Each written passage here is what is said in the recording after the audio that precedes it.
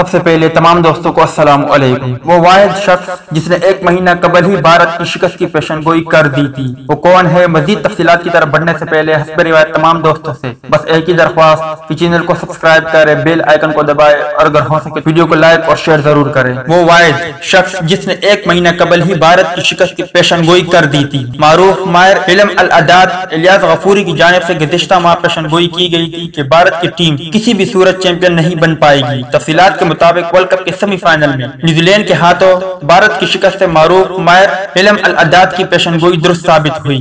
معروف ماہر علم الاعداد الیاس غفوری کی جانب سے گزشتہ ماہ بھارت کی شکست کی پیشن گوئی کی گئی تھی۔ الیاس غفور کی جانب سے کہا گیا تھا کہ بھارت چاہے کچھ بھی کر لے، ورلڈ کپ میں فتح اس کا مقدر نہیں بنے گی۔ واضح رہے کہ ورلڈ کپ 2019 کے پہلے سیمی فائنل میں نیوزی لینڈ نے بھارت کو 18 رن سے شکست دے کر فائنل کے لیے کوالیفائی کر لیا ہے۔ کیویز کی جانب سے دیے گئے 240 رن کے ہدف کے تعاقب میں بھارتی بیٹنگ لائن 221 رن ہی بنا سکی۔ یاد رہے کہ دنیا کے سابق اور موجودہ کرکٹر بھارتی ٹیم کو ہی ورلڈ کپ 2019 کا فاتح ٹیم قرار دے رہی تھی، مگر معروف ماہر علم الاعداد الیاس غفوری کی جانب سے پیشن گوئی نے بھارتی تماشائیوں پر نمک چھڑکنے کا کام کیا۔